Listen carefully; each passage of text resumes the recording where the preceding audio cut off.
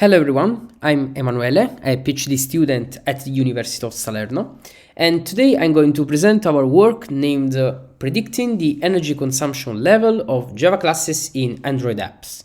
Now, let's start. We know that when we use our mobile phones, we are happy when the battery lasts as long as possible.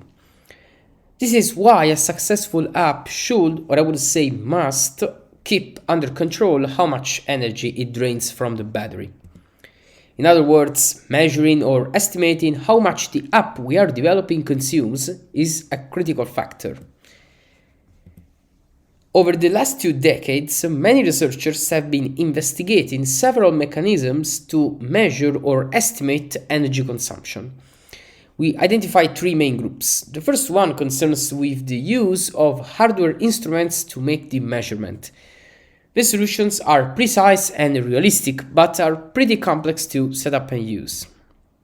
Other studies have experimented with alternative strategies that rely on the sensors installed on the device to estimate the consumption.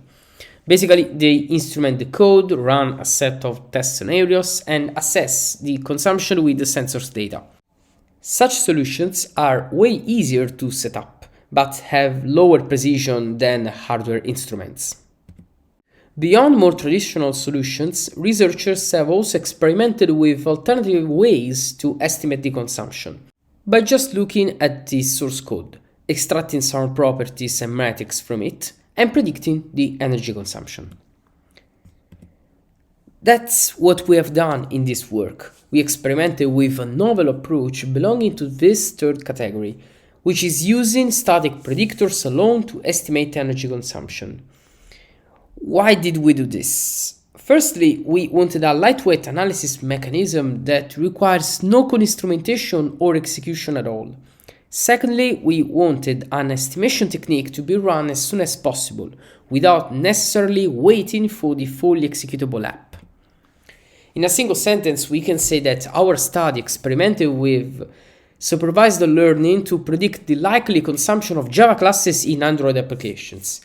This directly translates into our research question. Now, let's see how we achieved this.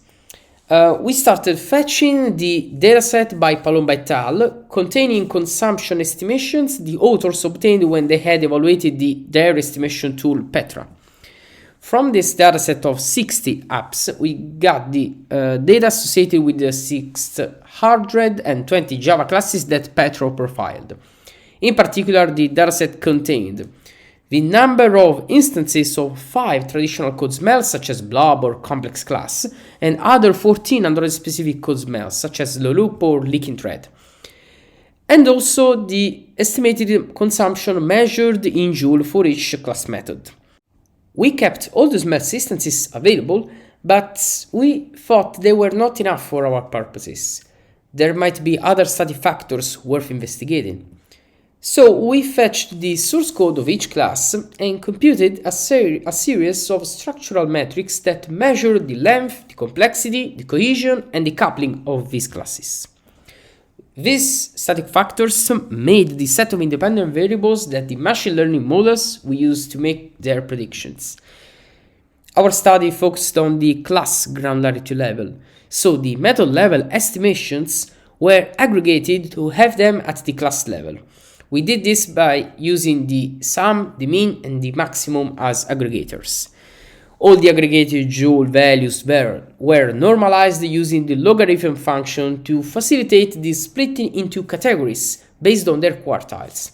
For instance, a normalized value that falls between the first quartile and the median was assigned to the consumption level low, while a value greater than the third quartile was labeled as high. These remapped values acted as the model's dependent variable, so shifting into a multi-class classification problem. Once we built the dataset for the models, we trained and tested the models in the context of a 10-fold cross-validation. The dataset was randomly split into 10 folds. At each of the 10 iterations, the trained set was made of 9 folds, while the test set was made of the remaining 1. On the training folds, we dropped those features showing near zero variance and those showing high correlation according to the Spearman's correlation coefficient. Then we optimize the hyperparameters of the models using a random search algorithm to boost their performance. At this point, we run the actual training. Specifically, we trained a multinomial logistic regression model, a support vector machine, and a decision tree. Once the training was complete, the resulting model was tested on the test fold. From its predictions, we computed the macro performance metrics, meaning that for each consumption class C, we computed the precision, recall, and F measure, treating C as the positive class, and the rest as one large negative class. In the end, the 4 macro metrics were combined using the average. We compared the results of the 3 models both qualitatively and quantitatively. We reported the results using box plots of the F measures and ran a many test followed by the Friedman test to discover statistically significant differences among models. Here we see the results we obtained when using the sum as the aggregator to form the class level consumption values. We won't see the results for the mean and the maximum as they are quite the same as those reported. Now, the box plots hint at a couple of things. All 3 experimental learning algorithms outperform a random multiclass classifier. All 3 models have no regular performance. They fail going beyond the 0.4 F measure. And among the 3, SVM and the logistic regression models have comparable performance according to the statistical test, but they outperform the decision tree and clearly the random classifier too. We try to explain why we observed these results. First of all, the dataset has too few observations, worsened by the 4 levels of the dependent variable. Luckily, the models had no sufficient training data to distinguish between the categories. We need new datasets with much more data on energy consumption.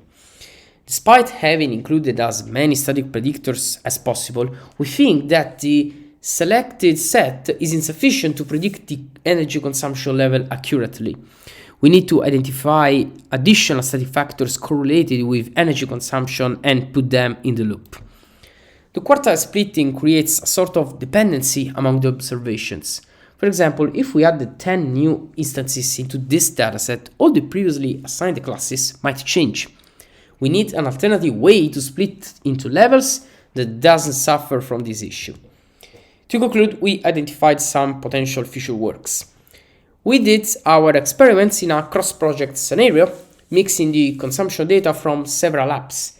We should replicate the idea in a within-project scenario to make the model's predictions more accurate.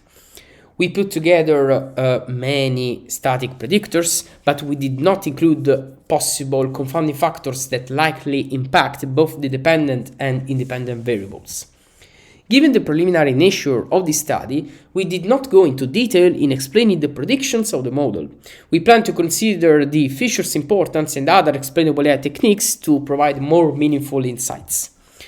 Last but not least, we will experiment with alternative strategies to label the consumption levels that could be based on a larger and more representative dataset to be used as a benchmark.